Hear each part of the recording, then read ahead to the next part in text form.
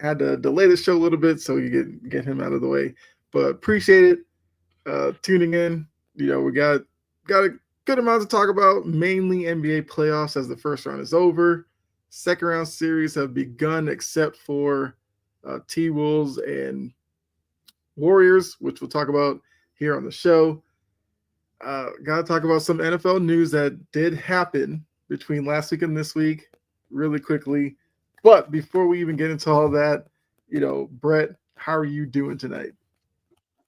I'm doing fantastic. I'm looking forward to talking hoops. Let's do this. Yeah, absolutely. Um, oh, what happened? Oh, there we go. What's going on, Gamer Kid? What's up, Jory? Appreciate you tuning in.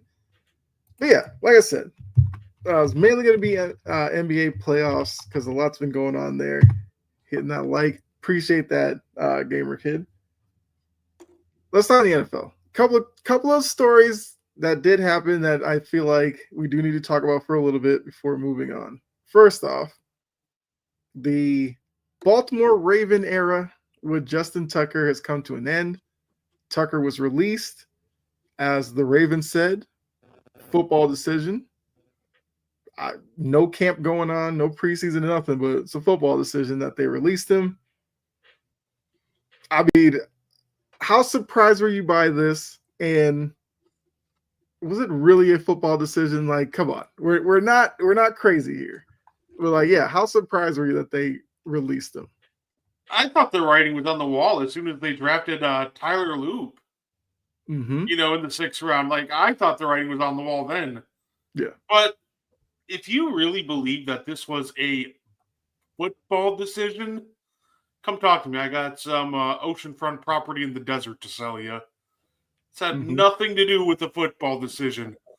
And I can say that from kind of experience as a Packers fan because, I've watched my team watch our longtime kicker struggle in Mason Crosby back in 2015. Everybody wanted his head, but, we stuck with him. He never caused us any problems. We just trusted that it'd be a down year. If it wasn't for the 16 allegations, do we really think that the Ravens wouldn't have cut him loose?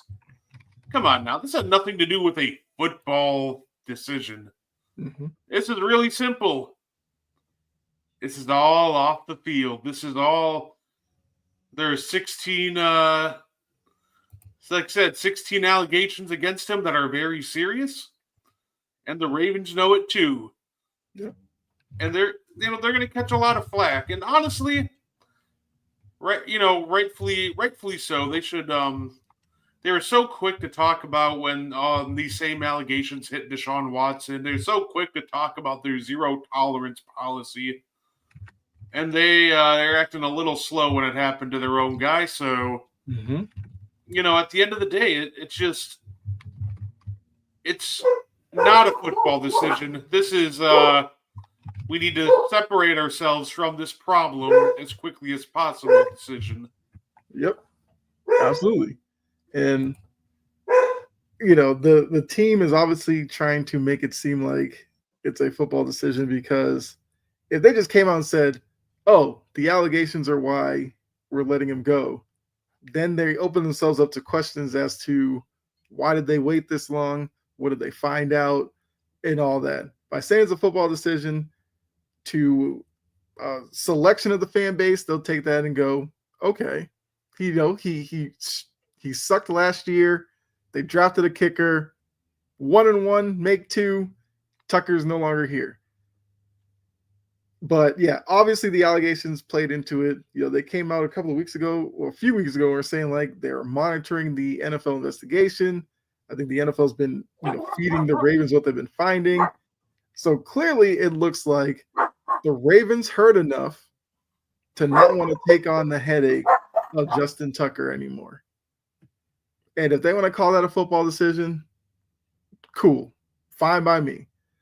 But follow-up question would be, is this it for Justin Tucker? Or do you think another team, because of his track record, kicking the ball and everything like that, do you think another team takes a chance on him? Justin Tucker, you are a Cleveland Brown.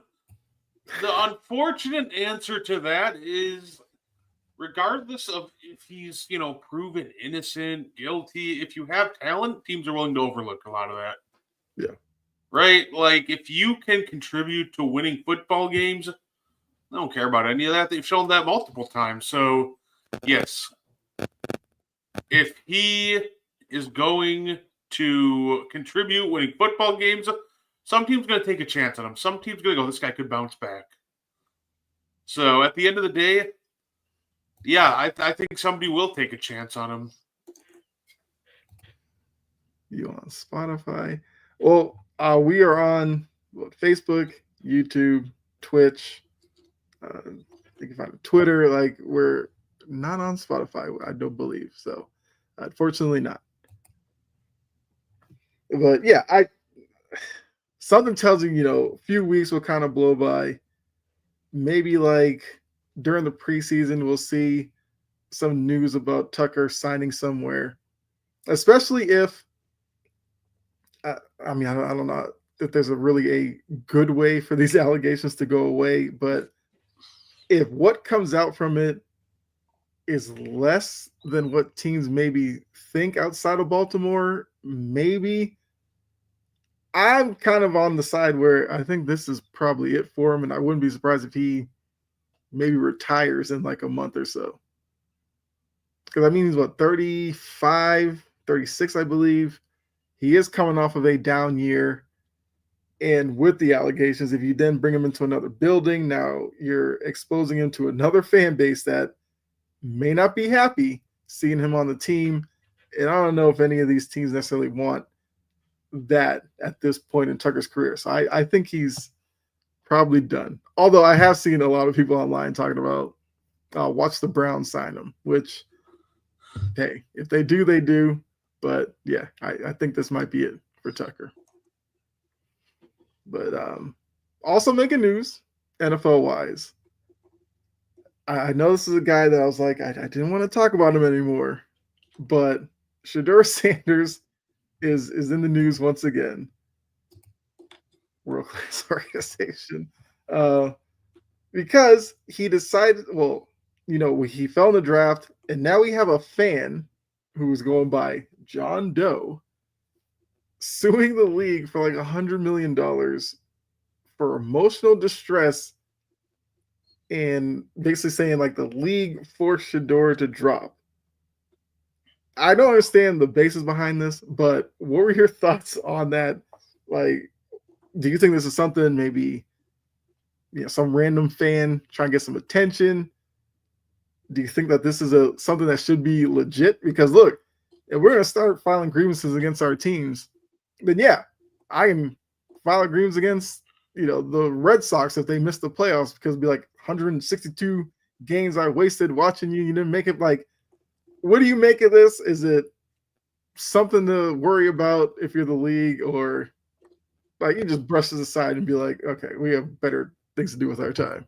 The league isn't even going to look twice at this one. Yeah. Like at the end of the day, like this is just a fan that wanted some attention, and this is it's a good way to get it. Like I'll give him credit. So, this is a great way to get your 5 minutes of fame. And listen, I hope he wins, because if he does, then I'm going to be set for life when my Glenn Rivers lawsuit hits the Milwaukee Bucks. So, like, yeah, it's just, but this is just clearly something a fan did for attention. But it is funny, so I'll give him credit for that. Yeah. Yeah. I mean, I wouldn't be surprised if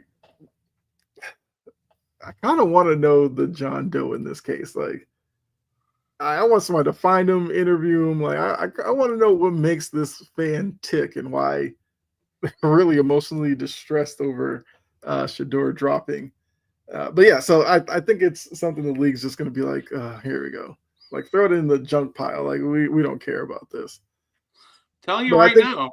Let's say, if you want to know the address, go to Boulder, Colorado. I'm sure you'll find where it's coming from. Right, it has to be some Colorado fan.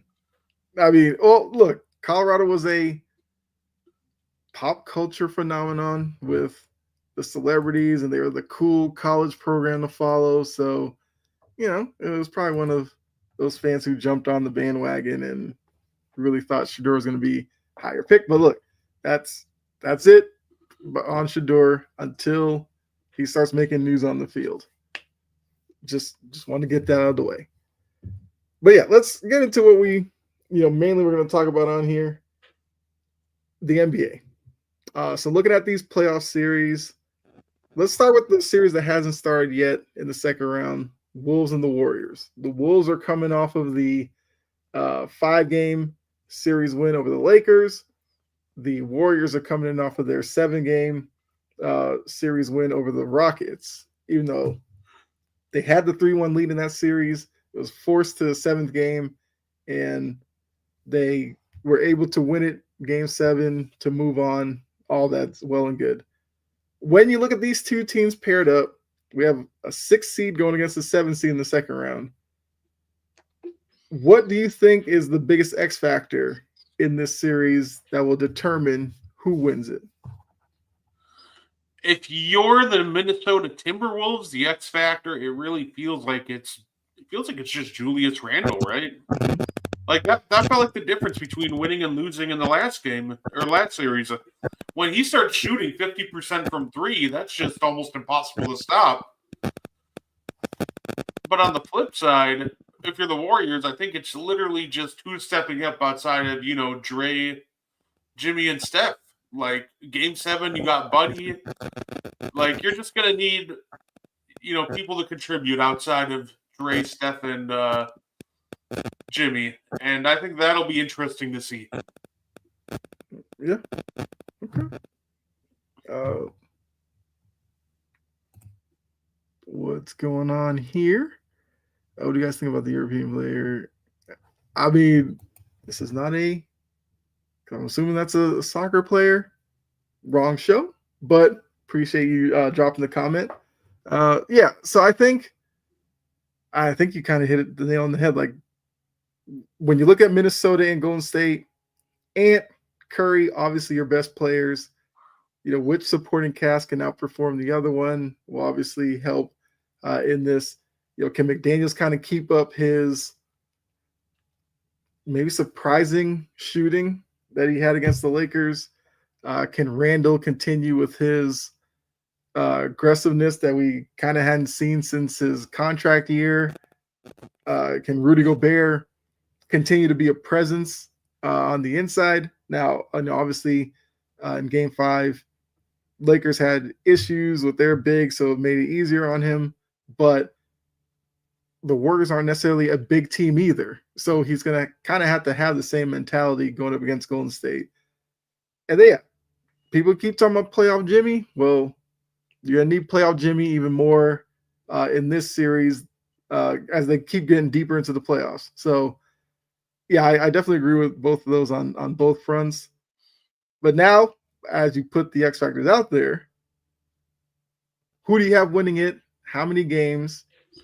And I guess who would be kind of the MVP of the series for your team that you have winning it?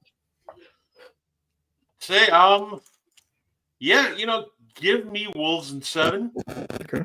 And I think if they're going to win, the MVP just has to be Anthony Edwards. Like, with the way this team is constructed, it's gonna be Ant if they're going to pull it off. He's gonna have to step it up, and he's definitely gonna have to play much better than he did, at time in the last series. Like, people ready to crown him face of the league after that closeout game, when in all reality, like, he didn't play his greatest game during that elimination game. So I'm just thinking that if the Wolves want to pull this off, which I think they will, they're going to need Ant to step it up to the next level, which I think he's more than capable of.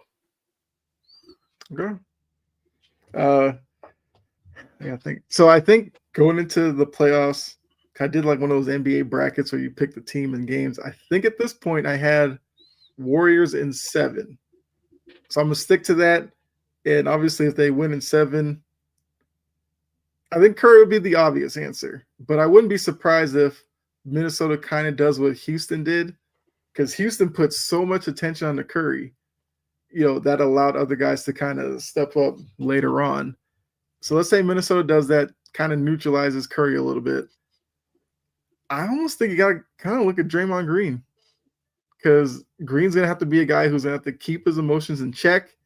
He can't, get ejected or too many texts and all that kind of stuff. Like he can play the mental game, but he can't go too far with it and kind of lose control because we know how important he is to the Warriors. Offensively, he takes a lot off of Curry's plate. He can facilitate at the top. Screens, the dribble handoffs, all that.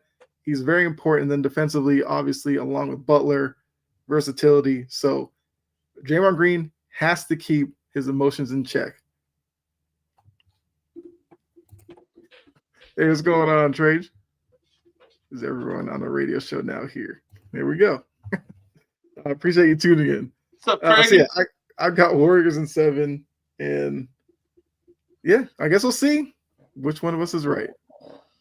I'd say I'm excited for the series too. It's going to be a lot of fun too to see. These are two teams that just straight up don't like each other.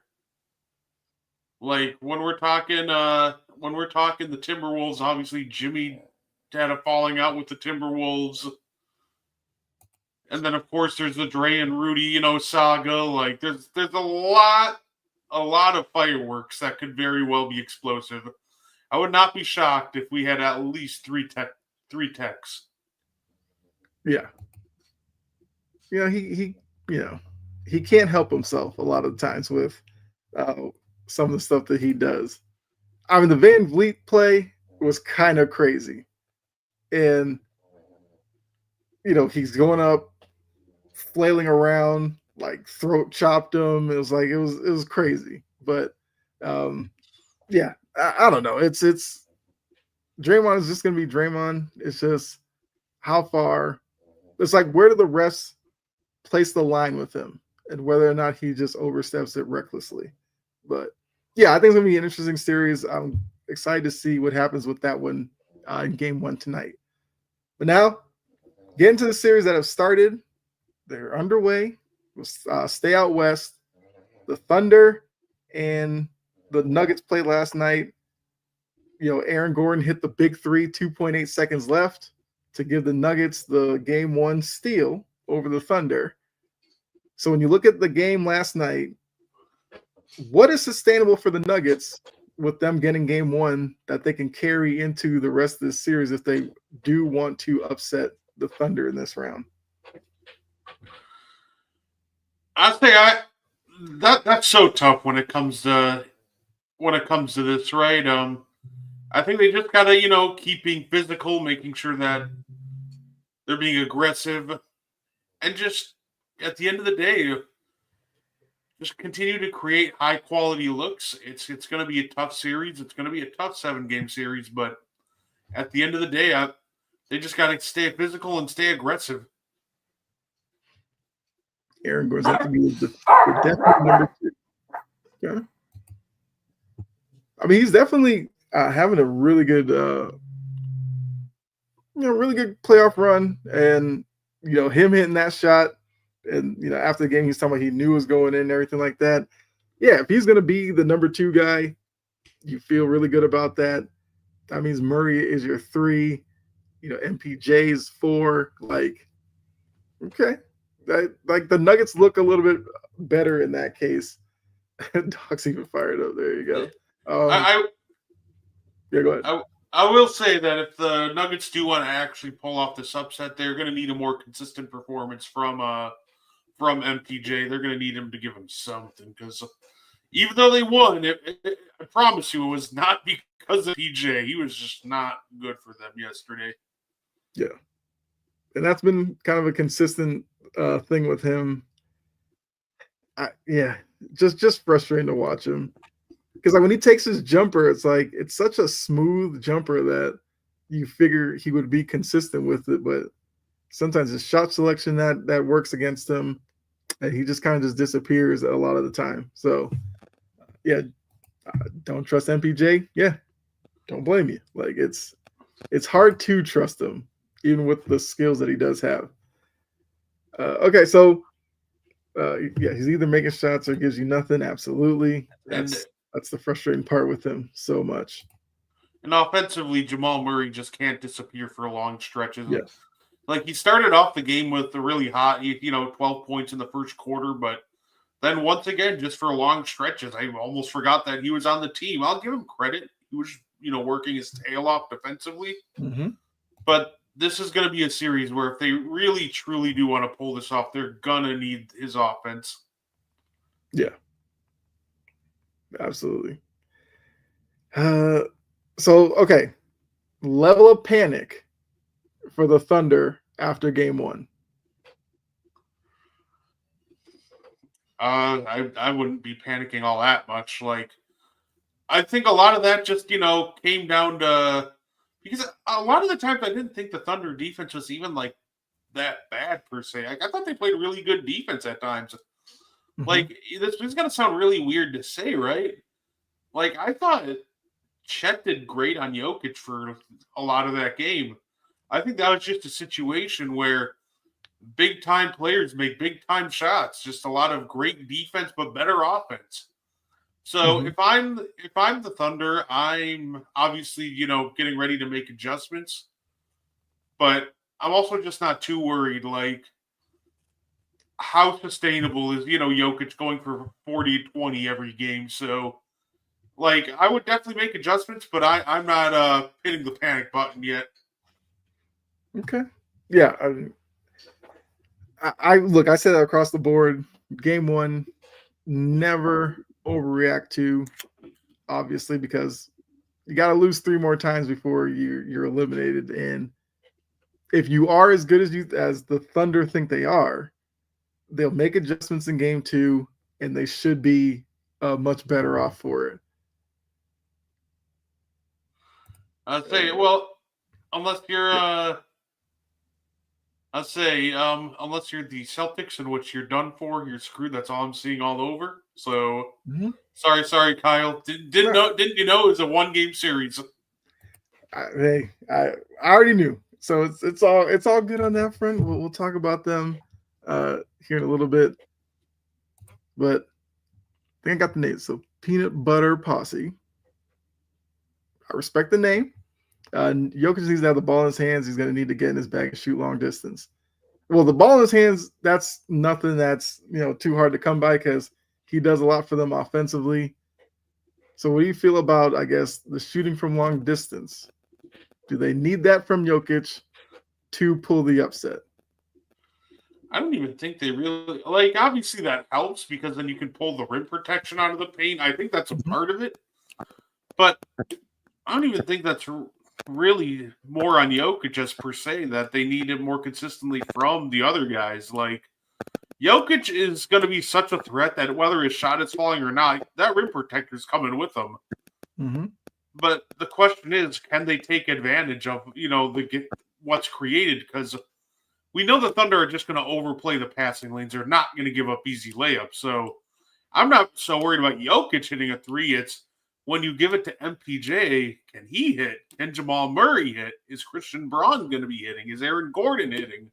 Mm-hmm. Like, to me, it's going to come down to, can the supporting cast make enough shot? Yeah. Okay. So, yeah, we'll obviously see game 2 if the Thunder make their adjustments and can even the series, or the Nuggets kind of defy the odds a little bit more. I do think them getting out of the first round was a bit of a surprise to some people because the Clippers were such a trendy pick for a lot of analysts and people that now if they can knock off the Thunder, obviously you're gonna be thinking about them as a potential favorite to come out of the West at that point. So we'll see if the Nuggets can kind of take advantage of the momentum that they have right now. Now let's jump to the East. And a game that is going on right now, got game 2 between the Pacers and the Cavs going. Game 1, the Pacers went in there, did their thing, played their game, played at their pace, got the win. What did you see in game 1 that maybe surprised you with the Pacers play? And was there anything from the Cavs side that has you worried a little bit? Like, what's the biggest issue for Cleveland? I'll say game one in dealing with the Pacers. They tried to run at the Pacers' pace, and I think that's a problem, right? The beauty of the Cavs is that they can play at multiple paces. They have the bigs to slow the game down, but they can run. I think if you want to beat the Indiana Pacers, you just cannot try to run with them. That's just a very well conditioned and cardio team. So I think that in order for the Cavs to pull it off, they're just going to have to slow the game down, make it a half court affair because they do have the weapons to attack in the half court, very efficiently. Mm-hmm. Well, they're up 14 right now, and a big part of that is they've, completely slowed the game down. So I think the big key for them, just play at your pace and don't get sucked into a track meet against Indiana. Yeah, and I know that I think Cleveland, a part of them wants to play fast as well, which is what I think they try to do in game one. But like you said, if you slowed the game down, you trust Cleveland more so offensively than Indiana. I think with Indiana, they can only kind of play fast paced. Whereas I think with Cleveland, what has, like you said, made them so good this year is they'll speed up when they need to, they'll play half court when they need to, and they can kind of beat you either way. So yes, it is encouraging to see that they learned from game one, didn't want to play the track meet, dictate the game on your terms, and you're seeing what's happening. Now, if you're Indiana, if you lose game two, you're like, hey, you got your split in Cleveland. You take that as a win anyway. But let's see. Oh, what's going on? Kneecap, what up? But yeah, I fully expect Cleveland to, come out of this showing that they are the better team. Series will shift to Indiana, which will be another thing that Cleveland will worry about because we know in Indiana, the Pacers will play much more confident as well. So, we'll see what happens with that series as well because it does look like the Cavs have it under control right now. All right, let's get into these Celtics because the panic levels are crazy. Yeah, what's going on, Jeremy? Halliburton's holding his hand right now. Halliburton's holding his hand right now pretty hard. Well, see, there you go. That would be something that if it's, I'm assuming it's his right hand, shooting hand.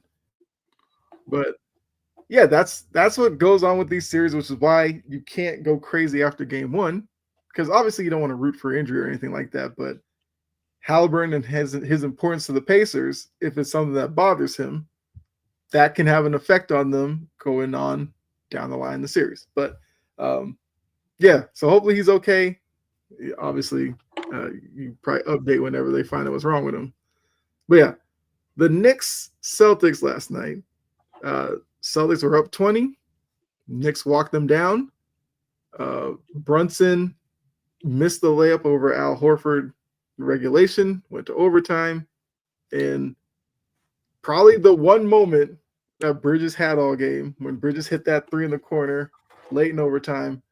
The Knicks come away with the upset, have the 1-0 series lead. And as you said a little earlier, the panic has set in. So looking at the game,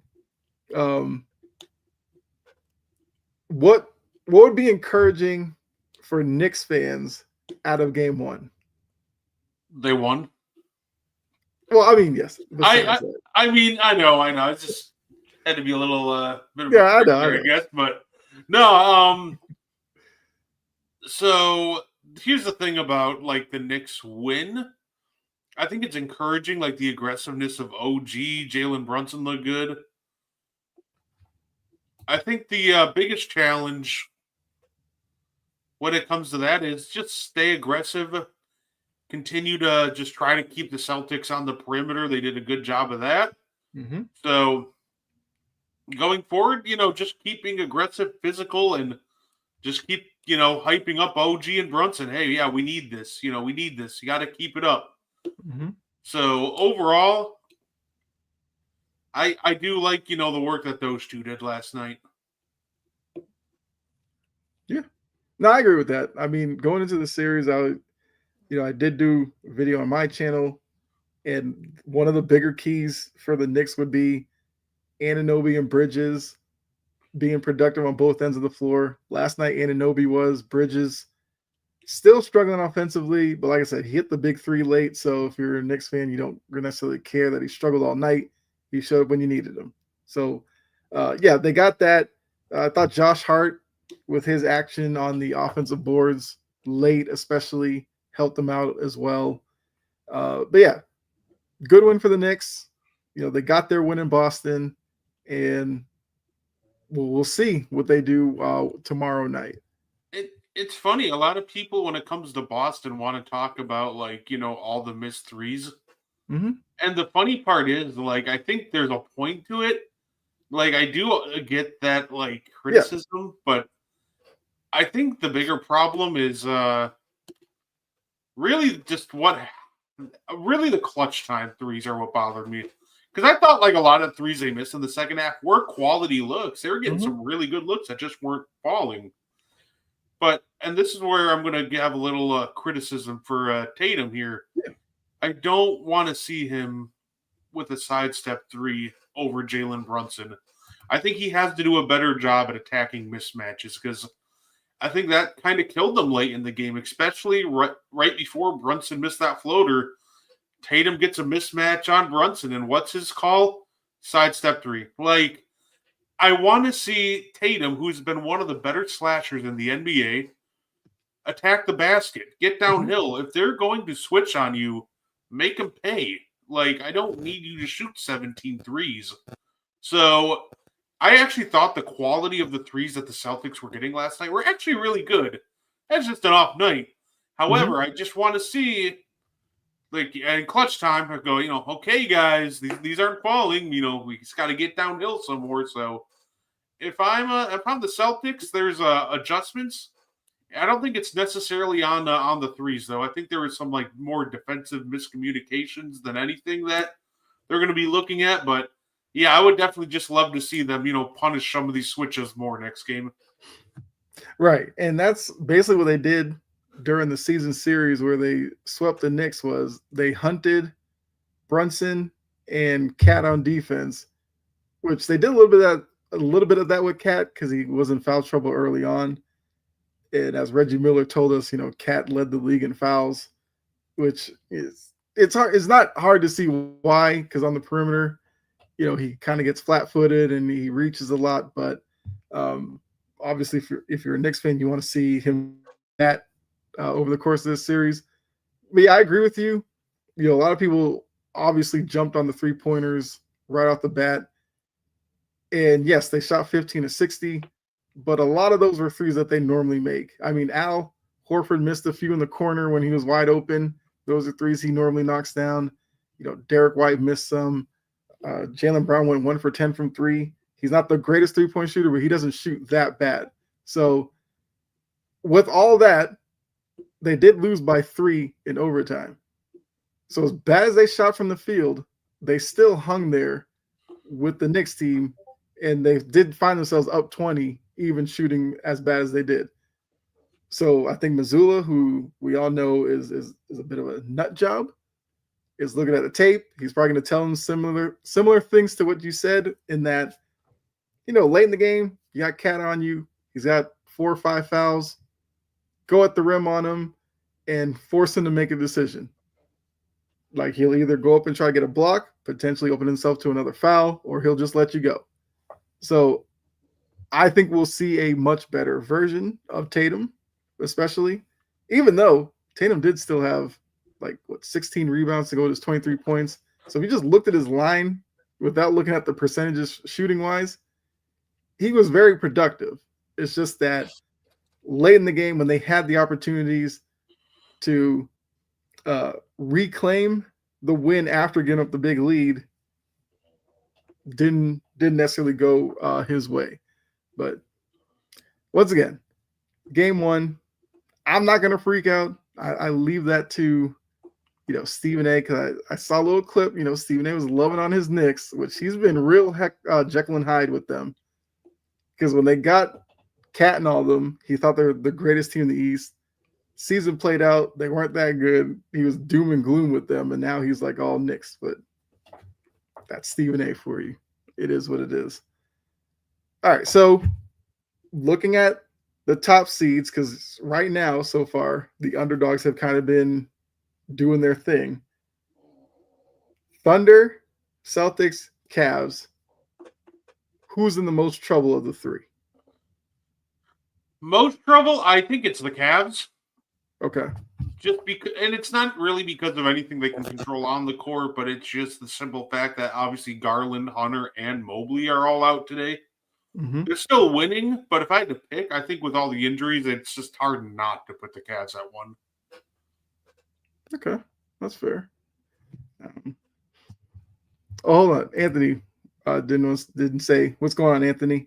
So KP's dealing with an illness, which it's the same illness he had a couple of months ago when he missed some games. I think he lost weight and all this kind of stuff.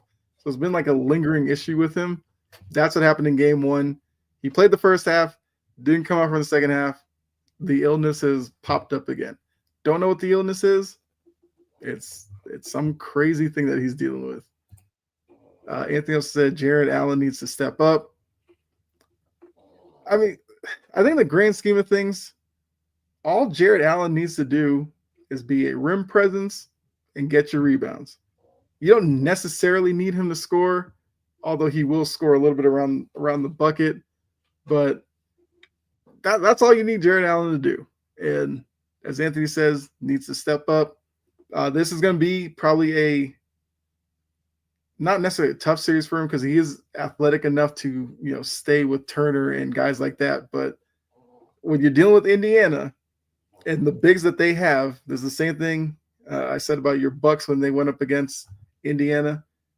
You got to make sure you stay attached to Turner, Toppin, or even Siakam when they do go small, because all three of those guys can kind of shoot from the outside. Siakam, I feel like a little less of a threat, but yeah, because a lot of these bigs are so used to drop coverage that against Indiana, that's not a team you want to necessarily do that too much against. Okay, here we go. I think the Knicks C's winner goes to the finals. Then added, no way the NBA lets the Cavs or Pacers win in a year the ratings are terrible.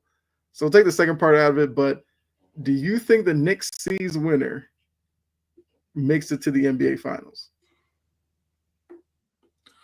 If the Cavs are still beat up, I mean, I could see it. I think the winner of the Knicks and C's beat the Pacers if the Pacers make it out of that series. But I just think that if the Cavs are healthy, the Knicks or Celtics are just going to have an absolute handful with them. But if they're still banged up going against the Celtics, then yeah, I'm just picking the Celtics regardless. Okay. All right. Yeah, I guess I agree. Like, the Cavs obviously would be a tougher matchup for either the Knicks or the Celtics as opposed to the Pacers. Although, if the Pacers do get by the Cavs, I mean, they would be a confident bunch. They would be, I guess, playing really well basketball if they've gotten through the Cavs. So I think the C's would beat them. I think the Knicks would be interesting against the Pacers. I think, once again, with Cat's limited ability on the perimeter, does he just get lost against Turner and Toppin once again? So, I don't know. The Cavs probably would beat the Knicks. So, it'll depend on matchups, Peanut Butter Posse. If the Cavs make it out, be a little tougher for both. Pacers make it easier for the C's. Knicks probably still get by them. I appreciate the questions in the chat. Definitely, you can keep them going. So yeah, this one now, I got a question for you, Brett, because I believe with your Bucks, Giannis is going to become a focal point in the offseason. And I believe I heard, all intents and purposes, Giannis is telling people he wants to stay in Milwaukee. So you were running the team. and you now know that Giannis wants to stay, would you still try to deal him as a way to try to kind of rebuild, or would you try to build the team differently around him with the assets that you do have, as limited as they may be? What would you do now, knowing that Giannis is telling people he wants to stay? You believe him? Yeah, and that's an easy answer. If Giannis wants to stay, then you keep him. Okay. Like, I don't think there's a universe in which you deal Giannis if you're the Bucks. Like, I think you just try to make do with whatever assets you have. And then, of course, the other big reason you don't trade him, obviously, outside of, just he's one of the best basketball players in the world, Mm-hmm. is really simple. Do you know how much money he generates for Milwaukee? Mm-hmm. Like, there's on the court reasons, and then there's the off the court financial reasons as well, in which if he doesn't request a trade, he's going to stay a Milwaukee Buck until he says so.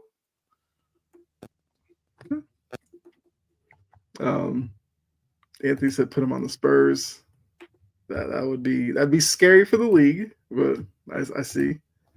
If Giannis wants to stay, he stays. He resurrected that franchise. Jeez, can't talk tonight. Him or Kareem? Oh, here we go. Is he or Kareem your Bucks GOAT? Giannis. I ain't got to think twice about that one. What Kareem did for us was great, but at this point in time, like Giannis, he's our pretty much leader in every statistical category. He also led us to a title with multiple MVPs, and now at this point, he's been with the team longer. I think if we're talking about an all-time ranking, obviously Kareem is much higher than Giannis all time. But if we're talking about who means more to the Milwaukee Bucks and who's bigger in Bucks history, at this point, I think the answer is pretty easily Giannis 1, Kareem 2.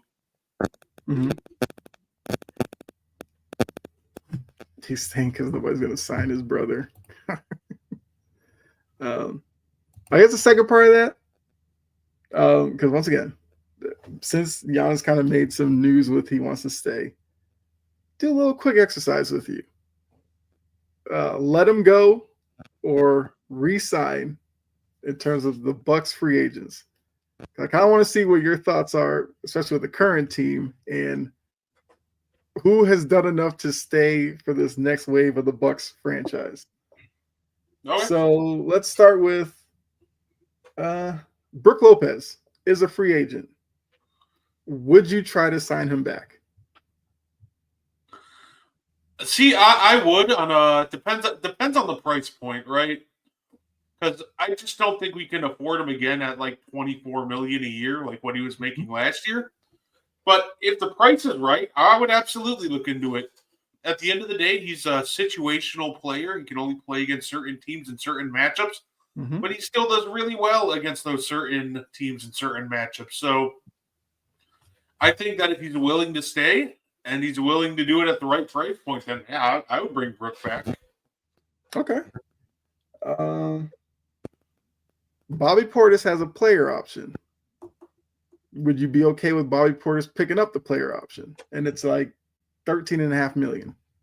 I think he's going to anyway. I'm already prepared for it. So I don't mind it. I don't, hate on Bobby as much as other people. He has his flaws, but he's been such an integral part to that bench unit. And the reality is, I don't think that we're going to really find anybody better with the assets we have. So I would honestly keep Bobby. Here's a question for you. If the Sixers won out of Embiid, would you go after him to pair with Giannis and Dame? I mean, I'd definitely call, but we'd have zero chance to get him, but I'd call. Okay. Yeah, I don't see how he would end up there. But we just don't have the assets for it, and we know teams like the Suns would probably overpay. They trade for him and give him a max.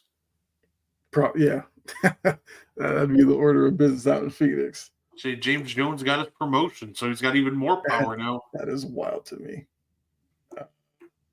Pat Connaughton, 32-year-old, has a player option for $9.5 million. Love Pat, but I wouldn't bring him back at that price point. Pat's another guy I think is an interesting one where he's another guy I would take back, but at the right price point. But the right price point to me is like the vet minimum. Mm-hmm. Like I don't think he's worth much more than that, but he does have some great chemistry with Giannis that can't be understated.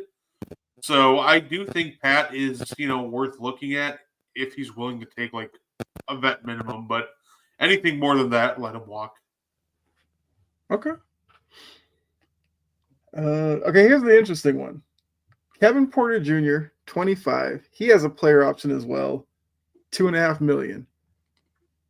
There any chance he takes that player option, or do you assume like I do, he's gonna look for a long-term deal somewhere? He's gonna look for a long term deal somewhere, and I'm not paying that next contract. Okay. It's one of those things that he's a guy again that it depends what he's looking for because when it comes to bring him back or not, I think that's the most important part, right? Like, what am I bringing him back at? Like, what's the price point? And I think Kevin Porter Jr. did have some good flashes for us, but I still think he's just the very much inconsistent player that we've seen for years. And I'm not willing to shell out big money to bring him back. So honestly, if he wants anything like if he's looking for anywhere close to like 15 mil or 20 or somewhere in that range, I'm letting him walk. Okay. That's fair. Other free agents. Yeah, Jericho Sims, Torian Prince, Gary Trent Jr. The only one that I'm prioritizing keeping out of those three, Gary Trent Jr. Okay. Like Torian Prince he's a really fake 3-point shooter. And what I mean by that is he's that guy you go, oh, he's shooting 45%. He's so elite at shooting threes. But then you actually watch him play and you're like, oh, no wonder why he's shooting 45% because he only wants to shoot when there's nobody within 6 feet of him. And if he takes one dribble, like that throws off his whole rhythm and he just cannot shoot after that. So he has a very slow release. So we've just seen it time and time again with him, like in high pressure games. It's just not his thing. So, and Jericho Sims, I think he's an interesting guy. I'd want to bring him back, but I also don't know if like Doc's willing to use him. So I'm sorry if Glenn's willing to use him. So, like the one guy I'm willing to bring back for sure, the one guy for sure, Gary Trent. If we have a plan for him, Jericho Sims. Okay. Then I guess the two guys who, if you're going to move them, would be trade only. Kuzma. Now he has 2 years left on his deal, like 42 million. You think there's a shot at all they could dump him off somewhere, or would you want to see him, I guess, have a good start to the season and maybe trade deadline you can move him? I'd rather just dump him now. Okay. And the reason because if he has a good start to the season, like I know Mr. Rivers will be like, oh well, he's turned the corner, so we can't trade him now, and then we just be stuck with him the entire year. So I would rather just dump him off while we still have a chance. And honestly, I'll take anything for him. Like I'm allergic to ice cream, but I'll take like a Ben and Jerry's, 4-minute trade at this point. Like I don't even care. Like name your offer. You can have Kyle Kuzma for 2 years. I really don't care. Okay.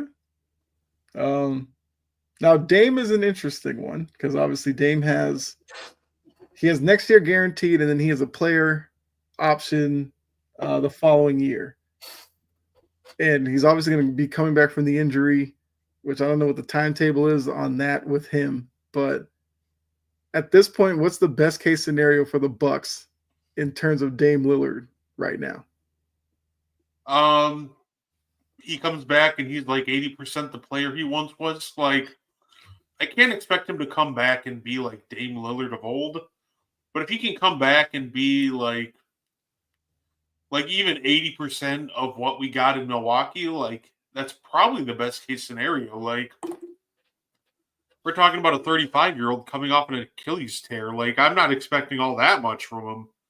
Mm-hmm. But so I'm fully expecting him to come back, maybe late next year, playoff time. But I'm for sure expecting him to pick up that player option. At this point, I don't see a chance that he declines that. Okay. I think that's fair. I know, Trajan mentioned earlier that did his show and then back on here because he talked about this as well. And I went through looking at free agent lists and I brought up I came up with 3 guys. I want to get your thoughts on your interest level for your Bucks going out to get them. First name, Mo Wagner.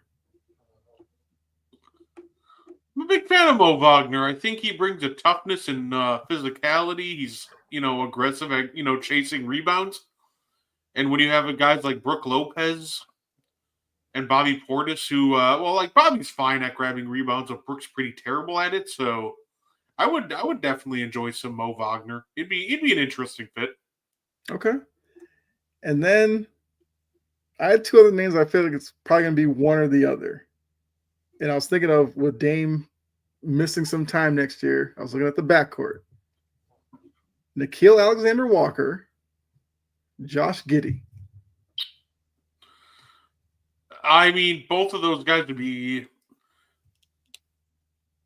I think Nickeil Alexander-Walker would be a dream, but I also just think we can't afford him. I think he's going to be out of our price range. And same with Josh Giddey, but I just don't think the fit with Josh Giddey would be fantastic. Okay. And it's not because of, Josh Giddey per se, but it's kind of more so how much would he really have the ball in his hands, right? It would start out fine. I think him and Giannis could probably coexist as a duo, but then when Dame comes back, he's going to still want to have the ball in his hands quite a bit. And when Josh Giddey's getting reduced touches almost into a third option, kind of like what happened in Oklahoma City, his production just kind of drops. So I think he's kind of more of a better fit in a place like Chicago where he can, dominate the ball and make all the, choices. I think that's where he's at his best. So I think it'd be interesting. And if we could afford him, I wouldn't, hate us going after him. But I think he's out of our price range, and I think there are just better fits for Josh Giddey out there. Yeah, those are just 3 names I was kind of looking around free agents and, like I said, wanted to get your thoughts on. So I do think the Mo Wagner one would be a really good pickup for them. But Anthony did have a question, so we can kind of keep this team building theme going. How would we fix the Suns? I guess either trade Booker and rebuild or trade Beal and KD and build around Booker. Well, they tried trading Beal already, and that didn't work for him. So, trade it. The right answer is just trade everybody and rebuild. The Phoenix Suns are just kind of cooked. Mm-hmm. Right? When we're talking about the Suns, it's not like Milwaukee, for example. They're probably cooked too, but at least I can go, well, we have Giannis. We have a chance. If we, get the right team around him. When you look at the Suns, you don't really have that, right? You don't look at, you look at Kevin Durant, you go, okay, he's 36. He's really good. We have a chance. But, you can't, I'm not really overly excited to rely on, KD all year. Mm-hmm. I respect KD. I love his game. I still think he played at a level of a top 10 player in the league, but I think if you're trying to overwork KD by the end, he's just going to be a little extra gassed when you get there. Devin Booker he's another fantastic talent, but I think the nightmare comes after that. I think you have your talents, but once you get past that, what do you really have and what assets do you have to build around with? They don't really have anything to build around KD and Booker. They don't. The only talent that I really like around them that I'm like, oh, dude, this guy, keep him, is Ryan Dunn. I think he's a fantastic talent for what they want to do.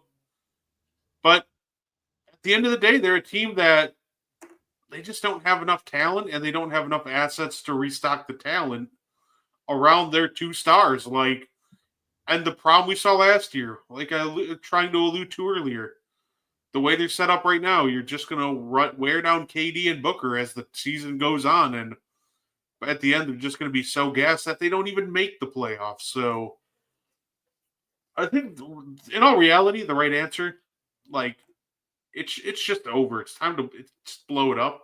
Like, that's my honest answer to that. Because I don't really see a path for them going forward, especially with Beal having a no trade clause. That kind of just nukes everything.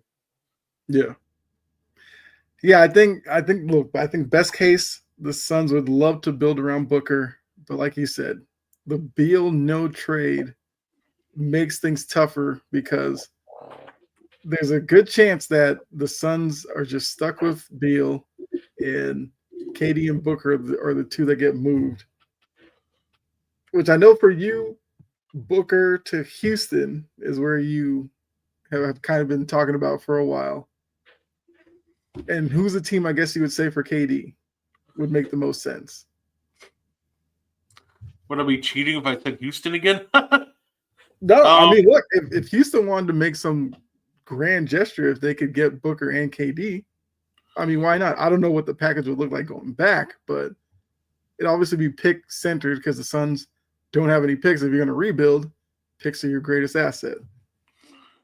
Yeah, another fun place I think, I think a reunion might actually work out best for Kevin Durant. Obviously, I'm talking about the Oklahoma City Thunder. I think OKC can match salaries, and then they can also give, Phoenix a treasure trove of picks. Mm-hmm. And they can, I think the thing with OKC, and I think this is what makes him kind of dangerous to acquire him, is they can afford to overpay, right? If the market says, well, Kevin Durant's worth 3 first-round picks, OKC has so many first that they can be like, yeah, here's 4. Here's 5. Even, here's 5. Mm-hmm. And another team that could do that would be kind of fun. If I'm San Antonio, why not give them a call? We've been talking about how they need to upgrade from Jeremy Shohan at the 4. I think that at the end of the day, I think those are 2 young teams. And to me, the key is, if I'm Kevin Durant, I want to go to a team that's as on the up and coming, right? Yeah. You don't want to trade to another superstar-laden team where then they're just not going to have assets to build around you. I would be looking at OKC. I'd be looking at Houston. I'd be looking at San Antonio. Teams like that, because at the end of the day, they're on the come up, and they have the assets to continue to build around them. Mm-hmm. Yeah. I do think the interesting part of this is the Beal part. Because especially with the no trade, like, what's a team that you could convince them to waive the no trade for? And then that team obviously wanting Bradley Beal. Because I'm looking at their structure right now. Beal at 31. Beal technically only has next year on his deal. Then he has the player option, which at this point, he'd be crazy not to pick that up for the money that's worth. So it's basically 2 years of him left. Booker's 3 more years. Durant, next year's his final year. So I think moving Durant would be easy because you're only locked into 1 year from him as the team bringing him on. I think Booker at 28, if you told a team you get 3 more years of him, I think he's still young enough that people wouldn't care. But that Bradley Beal is going to be interesting to see what they can actually do with him. Because I don't even know what team you could dump him to that he'd waive his no trade for. That's going to be the tricky part. The only team that would take him are bad teams, but he's not going to waive the no trade clause to go to like the Hornets. So I think the most realistic outcome is you're just stuck with 2 more years of Bradley Beal. Because let's be real, if they could find a way to dump him, Bradley Beal would probably be, in Charlotte right now. Mm-hmm. Because I do think that if they could have, they would have used that Beal contract in a 3-team deal to acquire Jimmy Butler at the deadline. Yeah. But they couldn't find a 3rd team for Beal because Miami already said, I don't want him. Right. So, yeah, that Beal contract is what holds me up from thinking that the Suns could actually do a fun rebuild, because it's clear that it's no value. It's just a sunk cost, and you're going to have to give up assets to dump it. So unless you're ready to part with the first, I don't see that contract moving. Right. Yeah, such a tricky situation. I mean, look, if they move KD, they move Booker, you have a team that doesn't have a lot of expectations. Maybe you get Washington Wizard Bradley Beal where you don't win a lot, but at least he puts up some numbers for you. And you kind of deal with that for a year or two, and you can then truly do the rebuild after that. But I think it's going to be interesting to see how creative the Suns get, because obviously, with people calling them the most embarrassing franchise right now, and kind of this failed experiment, like they need to be active in this offseason. And maybe Booker's the first one to go, and then KD goes after, because we know KD wouldn't stay there with Beal. So, and KD's already butt hurt over being put in that trade for Jimmy Butler, I believe. So he's already wanting out. I don't know. We'll see what Phoenix can kind of figure out. I'm just imagining if Devin Booker does get traded to Houston, I think the Suns would become the most hilarious backcourt in the league, because Jalen Green's coming back. Yeah. And a backcourt of Bradley Beal and Jalen Green just sounds like the most hilarious backcourt. It's just going to be straight, like, 48 minutes of tough contested jumpers. Like, for everybody else, it'll be funny to watch, but for Suns fans, that would be brutal to watch for them. Yeah. And, I mean, even with that, like, if you're Phoenix, are you just looking for, like, Jalen Green and a bunch of picks? Would you try to get another young player out of there? And if so, like, who? Like, who do you think would be – I guess, what do you think Phoenix's course of action would be in dealing with Houston? Like, Green and picks good enough? Or would you want them to target maybe another player on that team? I would target another player. I don't think Jalen Green's a franchise guy is the thing. Right. Like, so I'm definitely targeting a couple young players, and then as many picks as I can get. But mainly, I'm targeting my own picks back. Yeah. But I don't think Jalen Green's going to be a franchise player. So yeah, if I'm them, I'll be like, Green, maybe try to snag one of Eason, Whitmore, or somebody like that. Mm-hmm. And then go from there. Cam Whitmore is kind of interesting, because I guess for whatever reason, a lot of the hype that was around him, summer league and everything like that, and even coming out of the draft, it hasn't really worked in Houston for him. So I think if you're Phoenix and you could get him, I feel like that'd be a good little takeaway for you. So yeah, I think that was a good name to bring up there. Yeah. Like I said, go ahead. Yeah, no, I feel like he's the perfect throw-in, like, because you can still sell the team that he has a lot of potential, and he just doesn't play for Houston. And I don't think it really has anything to do with Cam Whitmore. That's just a team that's kind of loaded at the guard and wing position, so there's just not room for him. Good, that's fair. Like I said, keeping up with this team building that we're gotten into.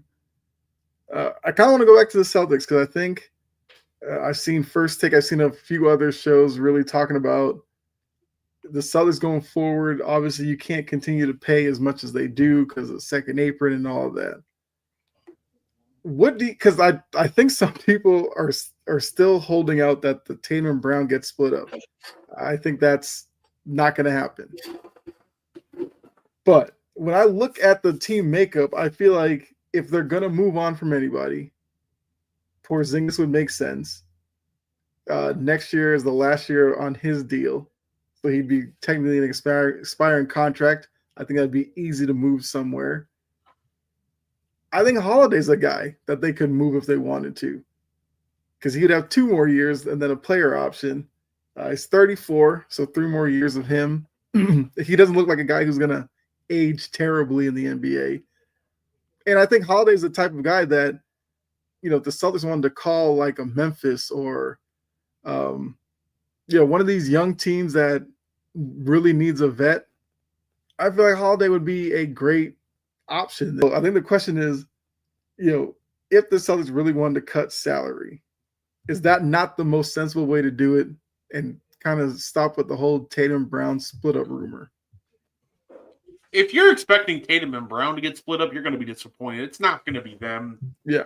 The only way that Jaylen Brown, for example, because I think if they did split him up, it'd be Brown, right? But I think the only way that happens if it's like a surefire upgrade. So at a position of need. So let's say theoretically, if Giannis does become available, okay, now Jaylen Brown's on the table. Right. But if it's not for a surefire like superstar, then you're not moving Jaylen Brown. I think if you're looking to move a player, it's just Drew Holiday's the one that really makes the most sense. He's very good for you. Like at the end of the day, couldn't have won the title without him. But at the same time, if you do want to avoid these taxes, one, the guard depth on Boston is just pretty great. Behind him, you have Derek White, Peyton Pritchard, Sam Hauser stepped up. And I think on the flip side, your big man depth is a little more uncertain, right? Porzingis last year of his deal, but you'll probably look to extend him because guess what? I hate to say it, but Al Horford can't play forever. He's 38.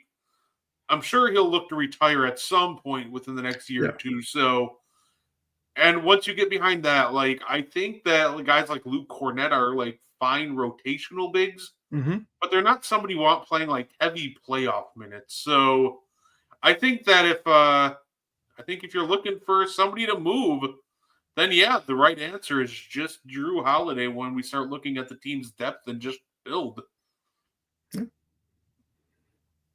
Yeah, because like I said, I know a lot of people are looking at the Celtics' future as to what they're going to do. And I agree. I think Holiday would be the first option. And, Porzingis, if you could extend him maybe at a smaller number, then yeah. I think it's going to come down to one of those two. I think if they moved one of them, I believe they fall under the apron. So they kind of reset things a little bit.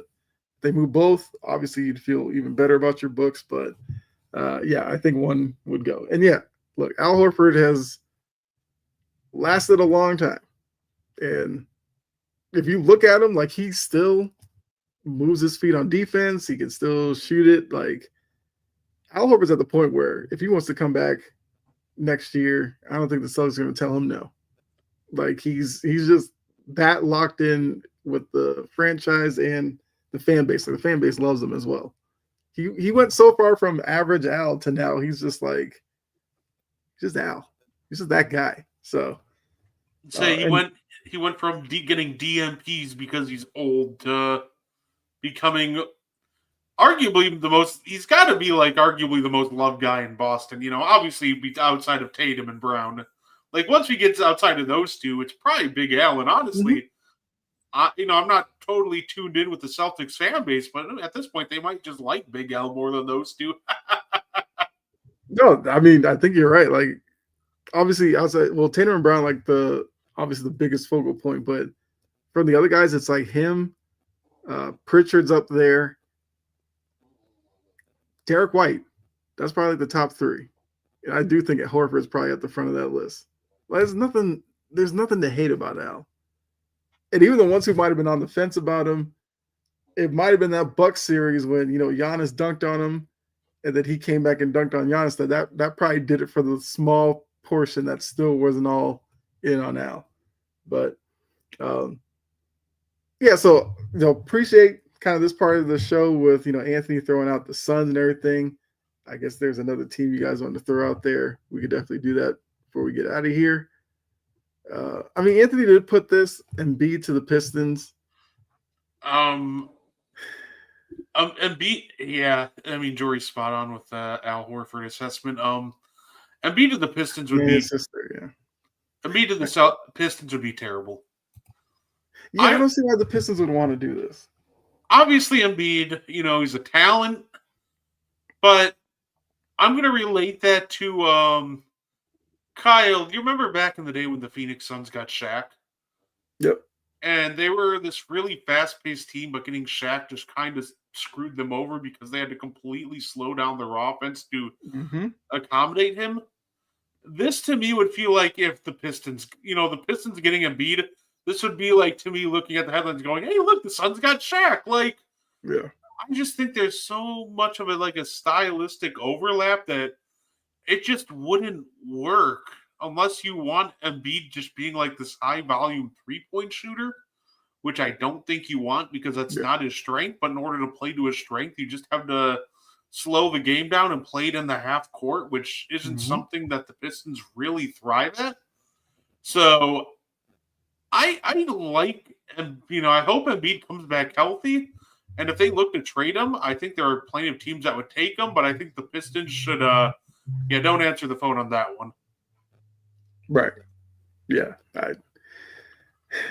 I think, look, we talked about the Phoenix. I think Philly's going to be another team this offseason that will be interesting to watch because I've been pulling up their contracts right now. You have Embiid for 3 more years, and then the 4th year is a player option. You figure he probably takes that. At that point, you're taking to 35-year-old Embiid. I don't know what he's going to look like at 35 because there's already so many questions about him at 31. Paul George is 35, and you have him for 2 more years with a 3rd year that's a player option. Maxi 24, obviously, he has 4 more years. You're set there with him. Now, Kelly Oubre, Andre Drummond both have player options. I mean, Drummond, maybe. I don't know what Drummond's market looks like out there. But Oubre seems like a guy that might get offers from teams. So I don't think there's a guarantee he signs a player option to stay in Philly. Or, if they would offer him an extension or something like that. But yeah, outside of that, it's not really a bright future necessarily. Like Quentin Grimes has a team option. Had a team option this year. He's a free agent. I think Quentin Grimes is going to make some real money out there. You could probably count him gone. Jared McCain is the rookie. Hopefully he comes back healthy because he at least was something to be excited about early on this season before he got hurt. Yabusele, Kyle Lowry, file them papers. I don't want to see Kyle Lowry on the team next year. Like he better not be on a team somewhere. But that's kind of where the Sixers are right now. And yeah, I don't know necessarily their way outside of moving Paul George, but what does a 35-year-old Paul George get you right now in today's NBA? Hung up on? Exactly. So it almost seems like they're going to be like Phoenix and maybe stuck with guys they don't necessarily want around. And that's kind of crazy. Because Embiid's already cleaned out the knee again. So now you're going into next year, fingers crossed that he can make it through. And who knows what that looks like. And they're where Boston's not going anywhere. Knicks seem to be getting better. I don't know what the Raptors are doing, and I don't know what the Nets are doing. But the Nets are a team that, if they have a good offseason, they could kind of fix some things that's been going wrong for them the past couple of years. I guess what would be your easy answer to fix the Sixers? They pretty much have. There is no easy answer. Their answer is pretty much just pray. Pray that you get blessed with a top 6 pick in this draft, so you can keep your first rounder. That's the first step. Like their future just looks beyond awful if they do not get that top 6 pick. But if they get another lottery pick, get the actual lottery pick to pair with Maxey, that would be a big boost. But again, they're just kind of on this timeline of pray and hope for the best. Because once again, what are we're talking about, Paul George and Embiid. They got money tied into them for the next 2 to 3 years. Mm-hmm. Big salary. So it's not like I can go, I just call somebody up. Well, we can move Paul George. You're not moving Paul George. You're not moving Embiid. So it just feels like they just got to hope that Embiid comes back from this and can be, even 90% of the player that he was before the injuries. Yeah. Pray that Paul George can even be like 90% of Clippers Paul George, and that their draft pick just hits the ground running. But yeah, with them, there's no easy answer. It's just pray for the best. Okay. Yeah, I mean, look, as a Celtics fan, I mean, I'm not one of those who's like, I want the Sixers to be horrible. I do like the Sixers and the Knicks being relevant because it just makes those matches with the Celtics that much better. We've seen previous years, Celtics Sixers games. Celtics have won basically all of them, but they're still exciting to watch. And the Knicks obviously have become more exciting when the Celtics face them in recent years. So, yeah, I think this NBA offseason is going to be very interesting. Like I said, the Suns, Sixers, because we know there'll be rumors out there about Embiid, but I kind of agree with you. I think ultimately Embiid just stays in Philly.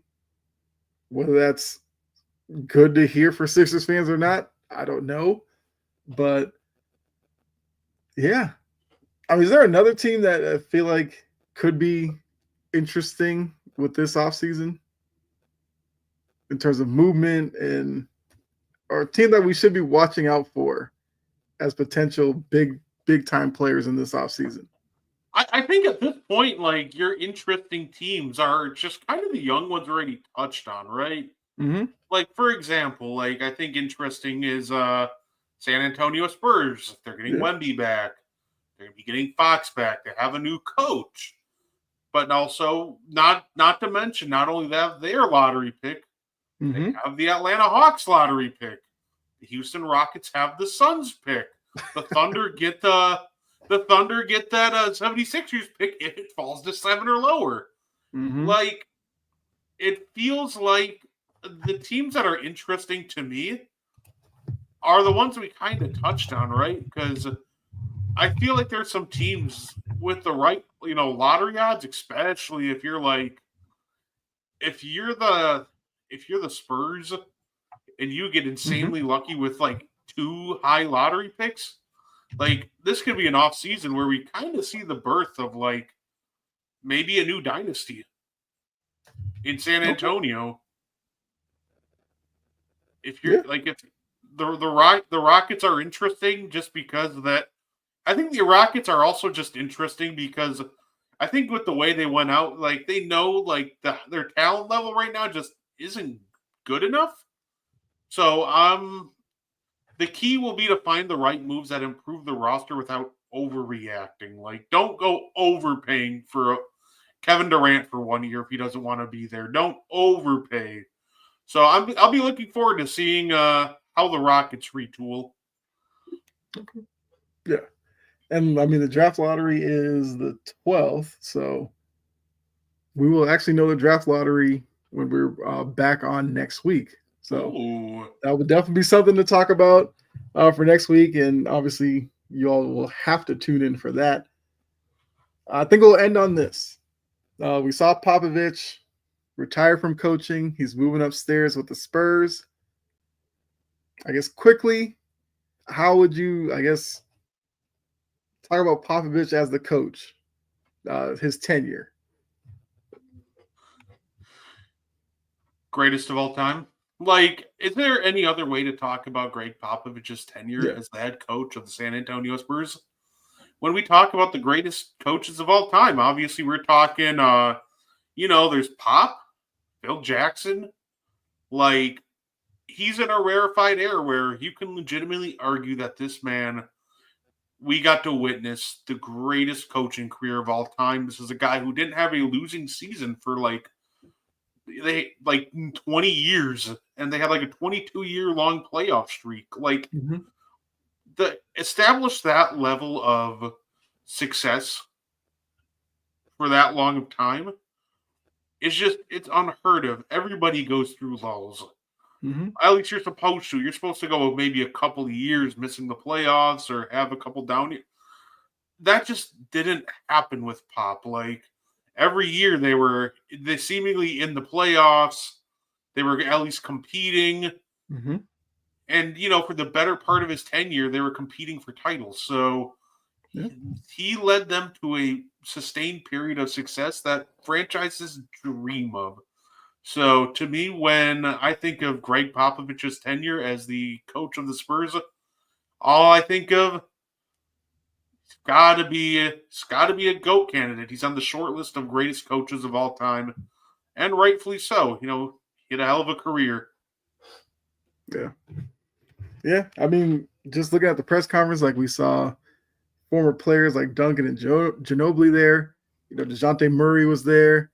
Like, you just saw the impact he had on those guys, and him taking off his jumper to show like El Jefe and all this kind of stuff. Like, I just think that his impact is just way more than necessarily just on the court, because you can tell that he has created relationships with players and all that will last well beyond these days where he was just coaching. And I think Kawhi spoke well about him. I think it was after Game 7 with talking about Popovich as well. So, shout out to him.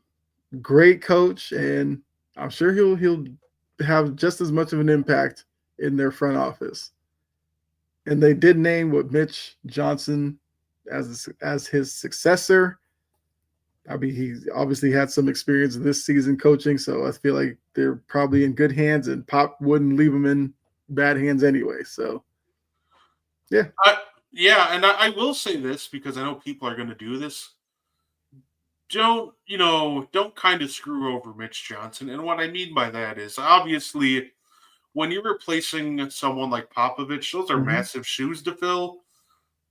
You can't expect somebody to be able to fill them right away. That's going to take years to find, somebody who can even do a quarter of what Popovich did for that franchise. So I do want to throw this out there. Give Mitch time, be patient. Don't, like, after the first loss, like, oh, well, we need Pop back. Like, trust the process. At the end of the day, Greg Popovich has been great at training coaches. And if he picked Mitch, then I believe in Mitch. Like, I trust in Greg Popovich and the Spurs' judgment on this one, but it might take time to really, show their vision. Mm-hmm. Yeah, I definitely agree with that. That's what makes it so tough. Following a legend is that the expectations are usually kind of crazy. Doesn't necessarily help Mitch in this case, where Wemby is like skyrocketing to the moon with his stardom as well, and I think there's gonna be big expectations for the Spurs next season. But yeah, he ultimately will probably be fine at the job. There's gonna be some ups and downs with it, but you just let him kind of grow through it. But definitely wanted to talk about Pop before we got out of here. So appreciate all of you that did tune in. Brett, you can let him know what you got coming up next. Yeah, anything you want to add before we get out of here? Yeah, no, just thank you all for tuning in. Definitely appreciate the support. You can catch me in about 15 minutes on the Meaty Boys podcast, where we talk all things wrestling. And we got some good basketball with the NBA playoffs and WNBA starting up. Yeah, we got a great game right now going on between the Sky and Lynx, and overall, just I hope you have a great day. And if you're a fan of basketball, it's a great time to be a basketball fan. Yeah, that's true. Yeah, so like Brett said, do appreciate everybody that tuned in. If you were new, appreciate you stopping by. Hopefully you hit the follow button or subscribe, depending on the platform. Gave us a like. Greatly appreciate that. You'll catch me back here on the network on Friday for Passion and Precision. And here we go. Waits to the very last moment to drop in. What's going on, Cottrell? Yeah, okay. Ooh. We'll have to watch it. I mean, look, I already know your team's playing. It's all good. We did talk earlier about them. Neither of us were panicked about what happened in game 1. We fully expect your Cavs to come out on top. So don't worry, when you watch it back, you won't see any hating or anything like that. But yeah, so I'll be back on here Friday, Passion and Precision, with Jory, and we will be talking about obviously playoffs as well as, I guess, any big NFL news if it does come up. But we'll definitely talk Tucker and the Shador lawsuit on there as well. So come back a little bit, Meaty Boys with Brett. Get your wrestling fix and enjoy the rest of your night. We will see you all next week. All right. Bye.